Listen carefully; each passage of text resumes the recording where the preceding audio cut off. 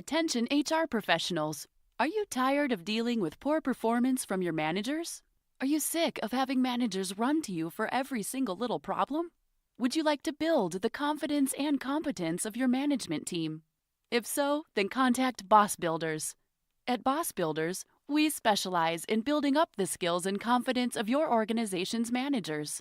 We do this through our popular Driving Results on-site training programs, our signature program, the video-driven Boss Builder Academy, and we even license our course materials so you and your internal training staff can get those managers confident and competent. For more information on how we can help you improve the performance of your organization's managers, contact us today at www.thebossbuilders.com or at 931-221-2988.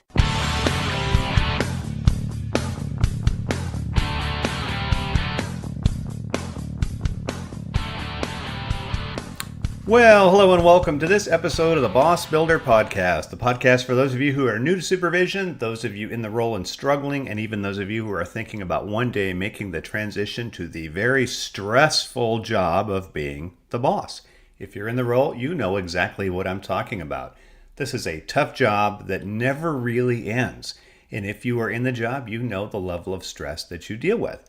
Fortunately, we have a guest on today's show who has strategies to help us deal more effectively with it, namely by leveraging pressure the right way so we can minimize harmful stress. Our guest is Aimee Bernstein. She is the founder of Open Mind Adventures, and what she does is she works with organizations, some really big, well-known organizations, helping them develop programs to leverage the pressure and minimize the stress. Aimee's interview is a pretty long one, so it's a great one to listen to when you're on a long ride home from work. For some of you, you are going to say, no way, I'm not into this. This is mindfulness. Hey, I'm the boss. I don't deal with this. Hey, guess what? It works. So if you have an issue with it, just suck it up and listen and take some notes. I can guarantee if you begin to implement the strategy she talks about, you will find not only will you be more effective, people are going to look at you when you get in the room and they're going to say, oh my goodness, this person owns the room. She's got some great stories of how that works. It's a long episode, one of the longest ones we've done on the podcast, but well worth the listen. At the end, there's some great contact information and she's got a great offer for you. So with no further delay, let's meet our guest on the show, Aimee Bernstein.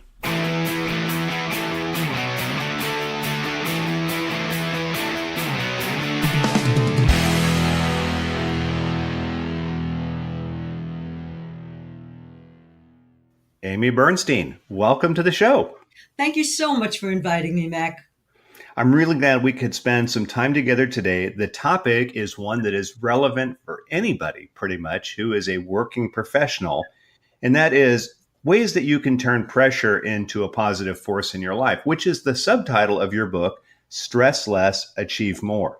So we're going to spend our time together talking about some strategies to be able to do that.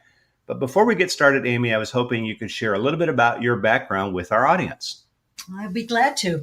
When it comes to stress, my interest in it came when I was about 7 years old, and I had petit mal. Petit mal is a mild form of epilepsy.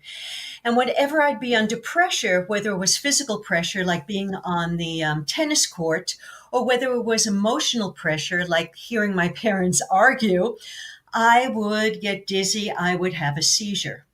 Now, I grew out of this petit mal when I was about 13 years old, but I still stayed in a state that I was in my head a lot, and I could faint if too much pressure came on me. This lasted until I was in my late 20s when I met a master teacher named Robert Nadeau, who is an Aikido master. Aikido is a martial art that is translated as the art of love, or the harmonious resolution of conflict. That's how they talk about Aikido. And he studied with the founder. He wasn't just interested in a martial art because the guy was a cop. He knew how to take care of himself. He was interested in how the human system aligns to the universal system. And he taught us what he called at that time energy awareness training. He taught an inner map that helped us align and open to energy or pressure. And I learned that pressure was the energy of change coming into my system to help me do the job.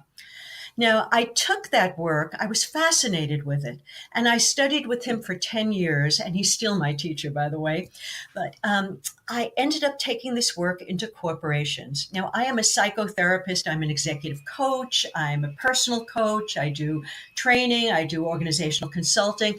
I've worked with organizations like Chanel, Colgate, Microsoft, MasterCard, Port of Singapore Authority, Novartis Latin America. I've done lots of things like team building and training and all of that.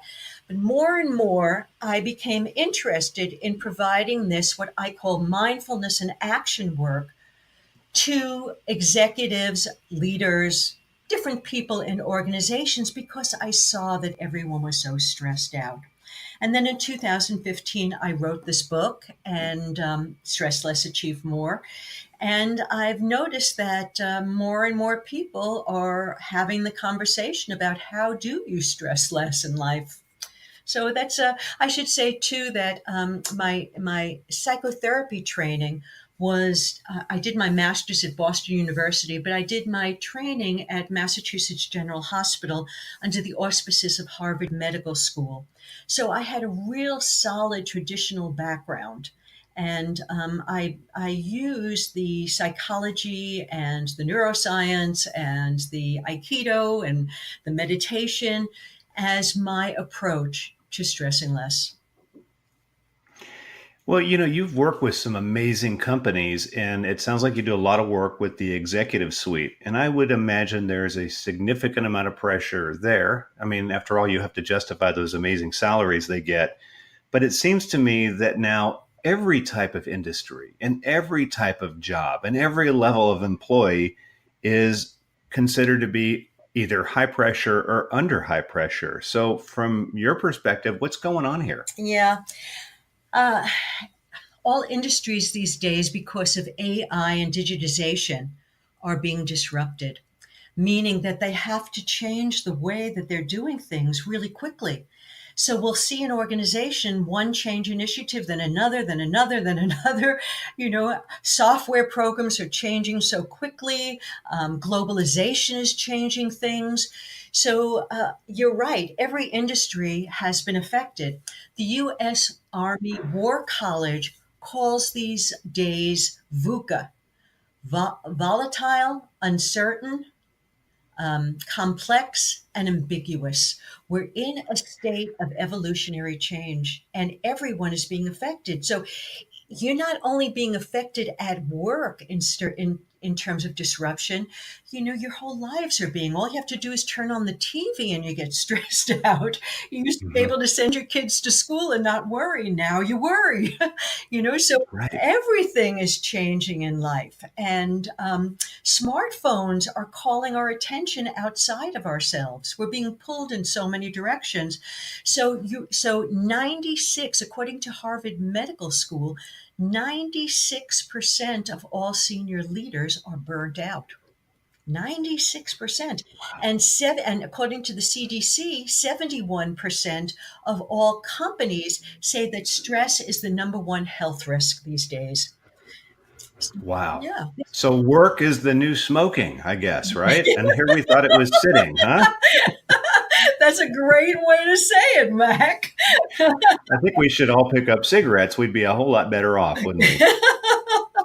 But let's talk about the one thing that probably is the trigger, and you mentioned it a moment ago, and that is the smartphone. So, I travel quite a bit, and it used to be, you would talk to people on a plane or at the airport, and everybody's nose is buried in the phone.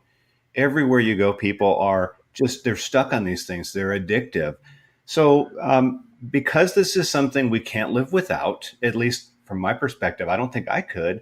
What is a solution that you could use to deal with just that aspect of this constant stream of information that's hitting us, the Yeah. dreaded smartphone? Yeah. See, what has happened is we've either are abusing our smartphones or we're addicted to them.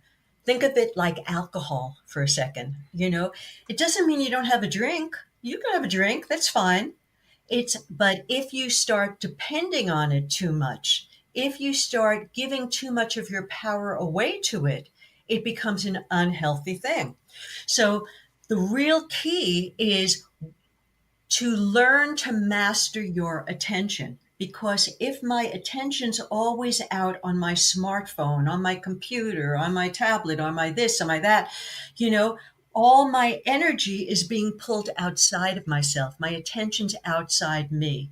When my attention is outside me, I lose connection with myself. I lose my sense of what is healthy for me, what I think, feel, need, want. Um, when my attention's outside myself, uh, I lose my power. So, what we need to do is yes, you need to use your smartphone. I mean, we're in the 21st century, you have a smartphone, but it's about pulling that attention back so that I am rooted, embodied in myself. Now I have a choice. Do I answer that smartphone? Or do I continue to do the work that I'm doing, or continue to meditate, or continue to whatever I'm doing, and choose to answer it a little bit later? Most calls, most texts are not, oh God, I have to do it. It's immediately, someone's dying. Most of it is just an addiction that's going on. So for me, the answer is to master my attention, my own energy system. Then I can use smartphones and other devices in healthy ways. It almost sounds as though a person, and I'm with you on this, this is me too, then if what you say is common, we're not paying attention to us, we go to the phone for validation. That it sounds like that is our companion. I guess just like alcohol or drugs or whatever is can be a companion if you're missing something in life. Only now everybody can have access to it, regardless of age. It's kind of scary. Yeah, it is. But it's also a great opportunity because now it's so apparent that we're out of sync with ourselves, that we're disconnected. Now, if we want to, we can choose to create a deeper relationship with ourselves. When you create a deeper relationship with yourself, you open the door to more possibilities, to more opportunities. You open the door to less familiar qualities within yourself that can be just stunning and brilliant.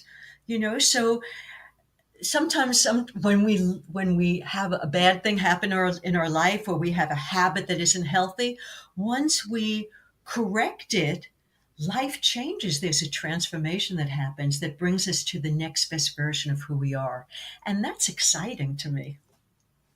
Well, it seems like that's the person that the company's paying a huge salary for anyway, not the shallow version, the shadow version that's not completely there because they're distracted and it sounds like overstressed. You're absolutely right. It's what they're seeing now is productivity have gone down, engagement has gone down as more and more people get burned out. I mean, I can't. I have a friend whose daughter is the was the marketing director of a leading company, a Silicon Valley company, and she would call her mother every Sunday and cry, because she was so Mm. stressed out, and she wasn't having fun. She wasn't engaged. She wasn't producing in the way that she wanted to produce because she was so running so fast. She was running faster, but not deeper. I thought at that time, oh, well, maybe it's because she's not as experienced, she's younger. But then I get a call from a senior vice president from a major fashion house who says to me, I'm going to quit my job. I can't stand this stress anymore. so, so it has, I mean, it's not about age. It's not about what group you're in, it is affecting everybody. Well, then if it's affecting everybody, let's figure out how we can deal with it. So in your book, you talked about a difference between pressure and stress. So can you explain what the difference is with those? Yeah. First, let me say that there's a universal law which says whenever there's a job or task to do, energy comes into the system in the amount you need it to accomplish the job. Now, I used to be a rock and roll singer when I was in my 20s, so I know what it's like to stand in front of hundreds or thousands of people and entertain. And you get this rush in your system. Your heart beats faster and your legs shake a little bit and your stomach might tighten. Well, other people might not have had that kind of experience, but most people have asked their boss for a raise or presented to a large group or walked down the aisle or had a baby or something that was a major event in their life. And they felt that energy coming through their system, the adrenaline rush and all that. Okay. Now, when that comes through your system, if you resist it, if you close down to it, you are going to experience discomfort, distress, and if you continue doing that, over time, you will experience disease. However, if you open and align to it, if you see that energy as your helper, it's a gift. If you open and align to it, just say yes, right? Get spacious with it. You will experience aliveness and joy and high performance. So, pressure is this energy of change coming into your system, wants to help you do the job to become the better version of yourself. Stress is when you close down to it, you collapse under it, you resist it. It's like you want pressure in your tire, but you don't want your tire to be stressed. Does that make sense? It does. So if a person was to say, "Hey, boss, I am really under pressure," the boss could say, "Yeah, I know. That's kind of what we get paid to deal with here." If there was no pressure, then there would be no productivity. Stress, then, if I'm hearing you correctly, is the unhealthy piece that comes when we don't deal with the pressure correctly. That's right. That's right. Yes, you're absolutely right. You need pressure to perform, to be motivated. But so we don't want to do away with that. That's just energy, right? We like So energy, it's right? it's the stress that we've got to That manage. it's, something, I don't even know if I like the word manage anymore because Okay. that's such a doing. It's, I got to do something to manage it. What I'm suggesting is a new way of being. When I allow and I surrender and I stop fighting, then something opens up. I naturally, easily become the next best version of myself. It's like when you're walking on the beach or you're having such a wonderful day or, you see a bird you like, you just open naturally. Life gets big. But all this managing that I have to do, I don't want it to be one more thing I have to do. You know, you know? No, that alone leads to more stress. Yeah. Well, we on the shows we get quite a few folks that talk about ways to handle. So I won't say manage anymore, but to address this issue of stress, and it's sort of the common themes we see is mindfulness, meditation, diet, sleep. I had somebody talk about sleep being the most important thing that you can do. Have support around you. And yet, in your book, you say that may not be enough. So, what else could there be for Yeah, us? and I should say that all of them are right. I practice meditation. I try to get enough sleep. I do all those things. But here's the thing: you can't do yoga poses in between back-to-back meetings. And even I can't even do them aside from meetings, so that takes it off the table for me. Yeah, a yoga pose is tying my shoe. So, you know, and even when you meditate in the morning and you're feeling really good and calm, and then you get on the highway and you're going to that meeting that you got to get to, and there's gridlock. Are you still in the Zen zone? No. mm, No, you're not. So the thing is that the brain stores information based on arousal level. Okay, so when you're in meditation, you're very calm. Now, if I'm going to have a practice of meditation for years and years, and I'm really developed, even when some situation comes through that's more serious, I might be able to handle that. But for most people, they don't have that kind of, they're not monks. They haven't had that kind of practice. They're doing microdosing in terms of meditation. So they don't have the deep roots. So in between the levels in the brain, it's like almost like amnesia. You don't, when you're really high pressure, you might not be able to draw on the calmness that you felt in meditation. So we need to find a way to train when we're under pressure. So the meditation is great, but we need, what I offer is an inner map and embodied practices that you can use anytime, anywhere.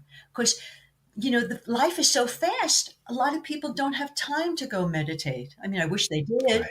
but they don't have time to go to the gym. We know you should go to the gym every night. Do you? Most people don't.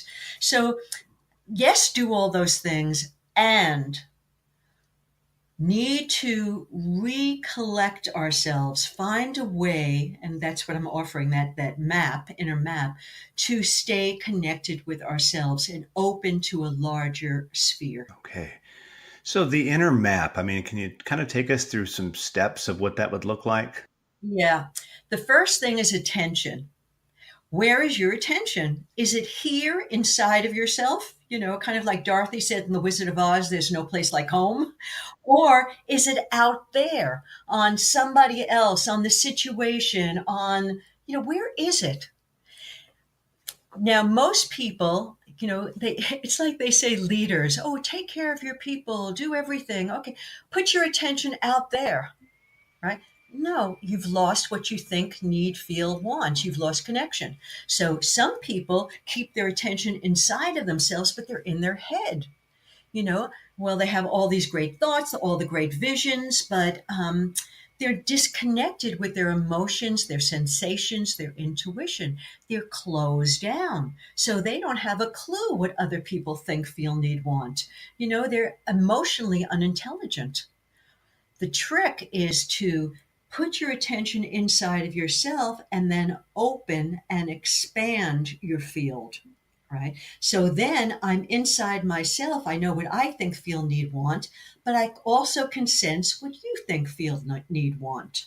Okay. So that's the first thing, attention, learning where it is, learning how to bring it back, kind of like fishing line. You send your fishing line out, you know how to reel it back. That's the first practice. The second thing is center, right? So people say, okay, I'm centered. They go to the gym, I'm centered. Okay, you're balanced. That's good. Okay, but that's only the first level. Center is not like a location like New Jersey or Florida. Center is a process. And the more you get centered, and originally, and I don't know if people are going to understand this until they experience it, but originally what you feel is, I feel balance. I feel that center inside myself. My right, left are balanced, I feel stronger. Okay. Over time, as you play with center, center's not in you, you are in center. You are in this center that's so big and strong, right? And open, that you're able to connect. Your human system begins to connect with the universal system. Now, when that happens, magic happens. That's where you get, everyone has experienced this, by the way. That's when you get the great idea. You're in the shower, you Mm. just get up out of bed after a nap or something. You have this great idea that came. Why? Because you opened up to the universal field. That's where all creative ideas are, right? You tap into it. So learning how to create center. Now, most of us, our attention is in front of us. We forget about our back. So we say, oh, have a support system. Yes, that's true. Have people in your life you can talk to. But wait a second, get back to your back. Your back is your support, just like your backbone or your spine. You need to have a sense of energy around the back of you. It flows through your body. As it does that, as it flows through the top of your chest, it opens and you start feeling this presence and dignity, that naturally begins to happen. You feel stronger. So the second piece is center. You know, the third piece is ground. So most of us are, if you sense yourself, you have more of a sense of the top part of your body than the bottom part of your body. But yet, any tree that stands in the wind or in a hurricane has to have deep roots. You need these times are the tsunami of change. You need deep roots to survive it, to flow with it, and to be productive in it. So what we need to do is learn how to let go, stop fighting this energy of change, because our shoulders go up, our neck gets tight, our solar plexus gets tight. We need to let go, kind of like being in Niagara Falls, just shoo, just let it flow down. Sense, feel the underside of your body. As you're sitting and listening to this podcast, can you sense your thighs on the chair? Can you sense your butt on the chair? Are you holding yourself up? What happens if you just let go? Like a sumo wrestler, just let it spread, big, wide, let it spread. Can you feel the back of your legs? Can you feel the feet, the bottom of your feet? Can you sense, feel root system? Ooh, okay. As you practice that, you get grounded. Now, the fourth piece is what they call key flow or energy flow.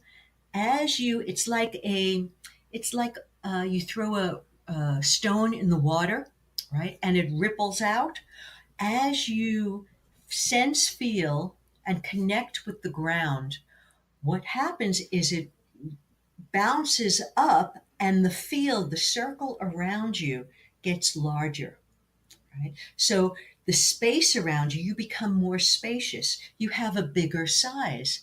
You need to be as big, energetically big, as the job you're trying to accomplish, right? If you're not as energetically as big as it, you're going to be depleted, exhausted. You're going to be in your head. You're going to be fighting it. But instead, if you just find that center ground, open up, let yourself just spread this big, big circle around you. I think of it like the sun that's radiating 360 degrees around me, on the bottom, on the top, all through me, just 360 degrees around me. Now I have more space. In business, we call it a leadership presence, but that's what it's about, having that kind of space. When you have that kind of size, that's key flow and size, the energy's moving out through you, not just moving in. See, most of us, when we get stressed, the energy moves in, we contract, our muscles get tight, we get small. We want to reverse it. And the way you reverse it is just sense, feel it. Just put your mind on it. Boom, it's bigger. It happens in a second. Boom, it's bigger. Feel that size.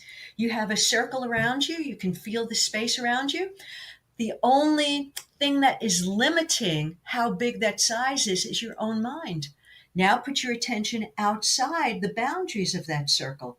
Ooh, can you feel another circle? Even bigger. Okay. As you play with that and practice it, you're able to walk into a meeting, find that spaciousness, and then walk through the door. I was doing a team building session with a group, and there was a woman who was new. She was the new team member. And before she walked in the door, some people were on their smartphones, some people were talking, some people were, laughing, some people were stressed out. She walks through the door and she stands there, and you can feel her presence. It's just big and open and inviting and welcoming, right? And one by one, people start noticing her. She doesn't even do anything. People start noticing her. And all of a sudden they sit up and they start smiling, and she had them before she ever said hello. That's what presence does. When you open up that way, people notice. People notice. And you're not so stressed out because you are as big as the job. Love it. And now let's take a quick break for a word from our sponsor. Attention HR professionals and conference planners. Are you looking for a great speaker for your upcoming meetings or conference? Better contact Mac. Do you need someone who can relate to your audience and deliver a top-notch presentation? Better contact Mac. Are you trying to find a speaker who can both educate and entertain? Better contact Mac. Mac Monroe, the Boss Builder, is a sought-after keynote speaker and presenter who would love to present at your next meeting. His most popular topics are how to be a great boss for audiences of managers and executives, how to gain a seat at the table for HR professionals, and how to avoid ending up for all employees. Mac is a phenomenal storyteller, and his talks are lively, entertaining, and loaded with actionable strategies that will enable your attendees to make immediate positive changes. To get more information and book Mac to speak at your next conference or meeting, go online to bettercontactmac.com or call us at 931-221-2988. And now, back to the show. Well, think about this. If I'm going to go through my 4 steps and I get to step number 2, then I see a distraction on my smartphone. It sounds like we're going to reset the process. Yeah. So this means it's time to shut the distractions off. It would be sort of like, I guess, before you went out for a concert, right? You get in the moment and then you get out there and deliver. Yes, that's true. And, sometimes you forget to shut this thing off, right? We used in Aikido, and I'm going to make this polite because we're on a podcast, but we used to say, oh, poo, oh, base. Oh, base, right? meaning like, oh God, oh boy, I messed up. Ooh, Yeah. All right, you know the words I'm thinking, Oh, right? yeah. And instead of going off on that story, you quickly go, oh, base. You find your ground again. You find your feet again, right? Wow. So Okay. So it happens in a second. That shift is fast. You don't have to go through any stories. You don't have to explain. You don't have to just come back. Come back. And the good news is base is a 4-letter word too. Yes. That's so right. Good deal. Well, all of that sounds great, but let's go a step further because lately you've been talking about self-love as the key to dreaming big, stressing less, and achieving more. So tell us what self-love is and why it's important in the workplace. Yeah. And I should start off by saying, when I was a kid, this whole idea of self-love was a negative thing because I'd see people being narcissistic and, boys who were so full of themselves and girls who were pretty, who thought they were, God's gift or something like that. And that wasn't me. So, I didn't like the self-love thing, but now I have a totally different understanding. When I talk about self, I'm not talking about small self, ego self, personality self. I'm talking about large self, large S, your essence, that essence is perfect in each one of us. But so often we are disconnected to our inner self. Now, in business, we tell leaders to be authentic and have integrity and ethics and all that. That's connected to that larger self. Okay. So I'm not talking about narcissism. I'm not talking about entitlement. I'm not talking about selfishness. I'm talking about our essence. And I see that people in organizations and business say, I don't have the time to go to the gym, meditate, do this, do that, that is good for me. Well, you know what? We all set our priorities. We all have the same amount of time. We just choose differently. And I've noticed that people who have self-love, who are deeply connected to this essence of themselves, they make better choices. They take the time to meditate, to use the inner map, to go to the gym, to whatever it is, because there is this love of self. Now, what's love? On one hand, love is a noun, which is this state of love. this vibration of love that we step into naturally. You step into it when you hold your baby. You step into it when you're playing with your dog. You step into it when you're with your lover. It just naturally happens. But love is also a verb. And that means, what are the acts or actions that I do that are loving to myself?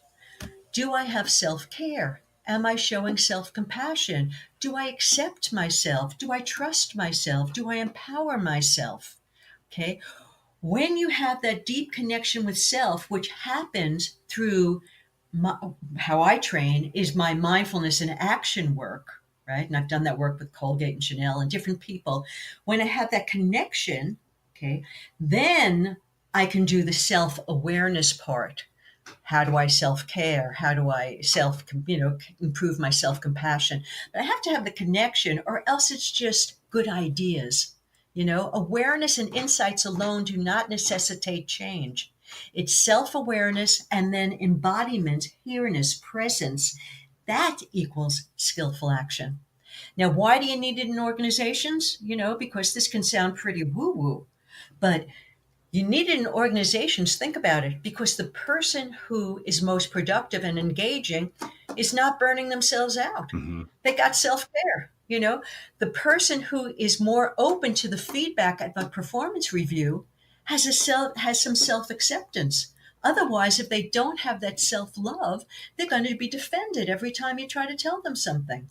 The person who can connect and collaborate with people has to feel pretty good about themselves, not ego self, but the sense of self, so that they're able to really go, I can see your point of view. Oh yeah, you might be right about that. Or, well, let's build on that. So this is this to me, and you're beginning to see the self-love conversation pop up in a lot of places. The difference of what I'm doing is I've added the mindfulness to it, the mindfulness connection in action, because so it's not just good ideas, or let's just try to change a habit, because we all know what it's like to try to change a habit for New Year's resolutions, right? Hmm. Right. I won't eat that cookie. No, no. You know, you know, you need to have a little mindfulness. So that's the work I'm doing with self love. Oh, I love that, because the very thing that most bosses try to get accomplished is, hey, listen to the feedback, you need to get better or else. But it's almost like if we reverse this process, people will come asking for it because it's just another addition to, I want to be my best self. That's right. And when I have a sense of myself, I have a love of that big S. I see it in you. I see that greater you, that I connect with you in a different way. I want to support you. I want you to be as big as you can be. I don't want to just tell you what's wrong with you. I want to show a mirror to you of who you truly are when you connect with that self, that bigger self. You know, that happens when I have it for myself. So I'm not in competition with you. Wow. Yeah, I love it. Well, let's talk about what an organization can do to support wellness, specifically for someone who is in a position of management, maybe somebody who is in the HR department. It sounds like we better have some systems in place, or at least a way to kind of re-engineer the culture so that it's more, I guess, more friendly to this. Yeah. Right now, what I see happening is organizations, depending on the size of them, are offering gyms and yoga and meditation rooms and all that kind of stuff, which is wonderful. Um, but it's not enough, because some people are so stressed out. They don't feel that they can take the time to go to the meditation room or go to the yoga class or whatever. And they don't think that their bosses will think that it's really okay that they do that. So, yes, continue offering that stuff, but I think we have to go deeper. HR people are the champions of people. That's the advocate. Yes, you serve the organization, but you serve the people too. You have this mid view. You hold the center in a way. And in order to deepen that view and make it more spacious, one thing that we need to do is we really need to connect with those in our organization. Right now, we do that with employee surveys. I don't like employee surveys. It's one more thing you have to do, another piece of paper you have to write. And when you receive that information, HR person, you don't really know what's going on. You don't know if this is a projection of the other person, of the person writing it. You don't know if they have a grievance that hasn't been dealt with. You don't know. You really don't know where they're coming from. Hmm. Now, how I've done this is I've done large group change processes. Okay, so that's one way of doing it. I've brought hundreds or thousands of people together in a room where where we had a topic, and together everyone had a voice. We created a new way of dealing with things, or a new vision.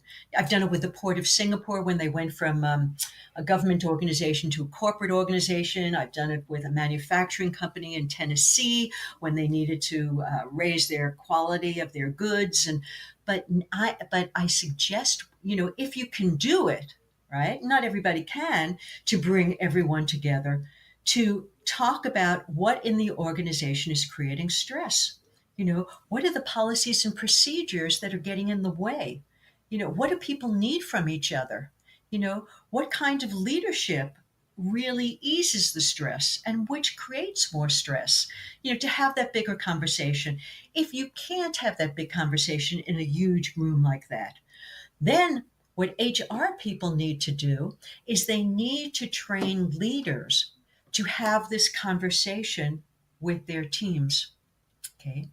Now, if the leader has a problem with the team, or should I say the team has a problem with the leader, people are going to be less willing to talk. You need to address that, HR. What happens in that case? How do you get people to really disclose so that it's safe? What do we need to do to create safety in an organization? So that's the first thing, that you need to have the conversation to find out what's really going on and what do the people think will ease the stress, right? As opposed to some expert coming in or some CEO coming in and saying what it is. The second thing that needs to happen is we need to create ways that eases the culture.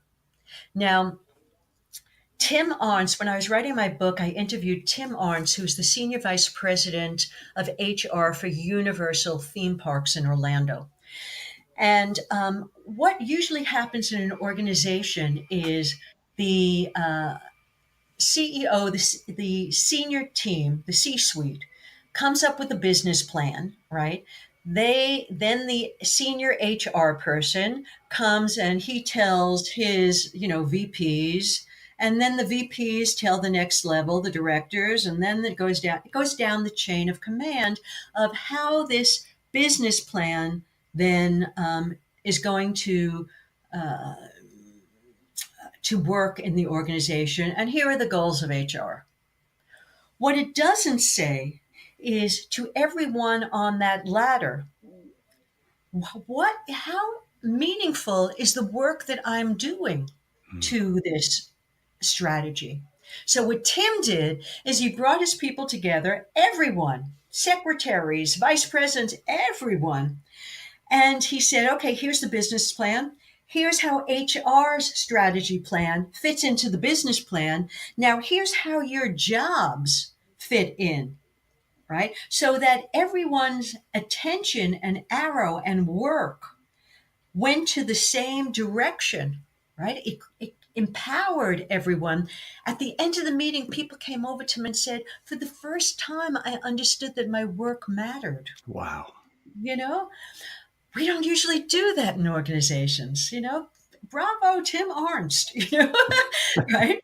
So things like that. Mind Valley has gratitude logs. They have ways that they appreciate people. Rituals. They have a committee of people who nobody knows who they are, but when things get really stressed in the organization, they do something funny that just breaks the mood, because remember, there's this thing called contagion theory, Hmm. which means you walk into a room where everyone's negative, you walk out feeling negative and toxic. You walk into a room where everyone is positive, you walk away feeling uplifted, right? True. So what this they do is they create ways to uplift people. Nobody knows who this committee is. They just kind of sneak it in, whether it's through music or through art or something on a wall or whatever. There's lots of things you can do in an organization, but HR has to take the lead. They're the experts. They need to stand their ground and to actually create stuff, make it a priority. And unless they make it a priority, and they might say, oh, I don't have the time because I'm too busy.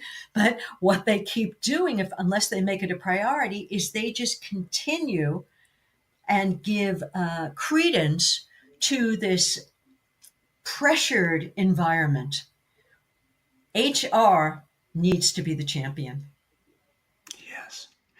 Well, I'll tell you, if you're an HR professional listening to this, you've got your marching orders. If you're a manager listening to this, give them some space and quit running to them with every little stupid thing you can fix. They've got a much, much higher responsibility. Yes. Aimee, everything you've talked about today makes complete sense. And it probably is something a lot of our listeners would say it would not work in my organization. Mhm. But you're an expert at this. And so I would like you to tell our audience how they can reach out to you for help Yep. and how can they get a copy of that book? Yes. Well, the book you can get anywhere on Amazon, Barnes and Nobles, any big retailer has the book. And I thank you for buying it. And by the way, the book has not just an explanation of these ideas. It takes a look at your personality type and how it deals with stress. I talk about the Enneagram. I talk about conflict resolution. I talk about this inner map. But it also has exercises, practices you can do individually to create that center and ground and attention and size and all of that. And it has exercises you can do with your team, practices to help reduce the stress in your organization. So that's the book, and I thank you for buying it. As far as reaching out to me, you catch me at Aimee, and my name is spelled AIM, like Mary, EE, at Open Mind Adventures, and that adventures is plural.com. Aimee at openmindadventures.com. And anyone who contacts me, I mean, today is the 15th of May, anyone who contacts me within the next week, if we choose to do work together, that takes us to the 7 days, 22nd of May. If we choose to do work together, I will give you a 20% discount, because I want to show you and I want to spread this stuff. This stuff has a lot of meaning for me. Um, so if you contact me within a week, 20% discount. If it takes longer, please contact me anyhow. There's coaching I can do, there's training I can do, there's consulting I can do. And your call with me, the first call with me, that's free, right? Our 10-minute conversation, 15-minute conversation, that's free. So don't hesitate to call. You'll find, when I started working with a world-class beauty company, there was a lot of restraints about what they can and can't do. We didn't ask for permission. We did things within the budget of this department, and we took baby steps. Baby steps, baby steps. We kept spreading it. We kept doing it over the course of a few years. And finally, at the end, things were so changed in this organization. The team really was amazing, whereas the team before was great when they were in crisis, but not so good on a day-to-day level. Now the team was like the senior vice president's dream team. The division changed. People said they were having more fun, though they were working harder than ever. And everyone, including administrators, became idea generators. The president of the company comes to this plant, to see, this was an R&D organization, comes to the plant to see, to have a meeting. He sees that everyone is smiling, they're laughing, they're having a good time. He says to the senior vice president of R&D, "What's going on here? Why is it so different than other divisions?" And then we told him. He brings his executives in limousines to this plant. We had a big town hall meeting where they could ask anything of anyone. Nothing was scripted. They were so impressed with what was going on, they left and they created their own initiative to change the company. So let me tell you something. All you need to do is start the process. And when it becomes naturally so big, energetically so full, people start noticing. They go, "Wow, look what they're doing. Oh, I want to find out. Maybe I can do it too." So don't be afraid. Don't be afraid. We can find safe ways for you to do this, but make the change. When you change yourself so that you have more empowerment, more self-love, you change your world. And that's when you can begin to change your organization. Well, Aimee, thank you so much for taking the time to meet with us today and for giving us all the great tips and suggestions and contact information.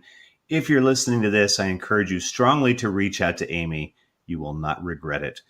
Aimee, thank you again and enjoy the rest of your day. Thank you, Mac. Our guest today was Aimee Bernstein. You can reach out to Aimee at her website at openmindadventures.com, and you can find out more about her book, Stress Less, Achieve More, Simple Ways to Turn Pressure into a Positive Force in Your Life at stresslessachievemore.com.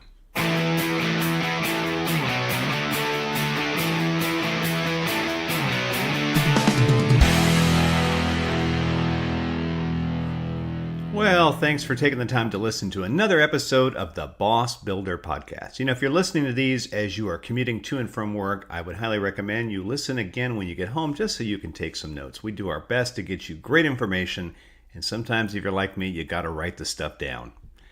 On another note, for your further development, if you work for an organization and you think that it would be valuable to partner with us, which I think is a good idea, we invite you to check us out online at thebossbuilders.com. We have 3 options: our signature driving results on-site workshop, which our trainers come out and deliver for you. We also have our very popular Boss Builder Academy, which is video-driven. And we also offer the option of having your organization license our training materials so that your trainers can go ahead and deliver them on-site. If you're listening to our podcast on iTunes or on Stitcher, the other thing we'd appreciate is if you could just take a moment and leave us a brief, positive, of course, review. That would really help us out a great deal. And refer this podcast to anybody you know that you think could benefit from it. Until the next time we meet, get out there, boss up, boss on, and more importantly, make a commitment to being the boss at being a great boss. Goodbye.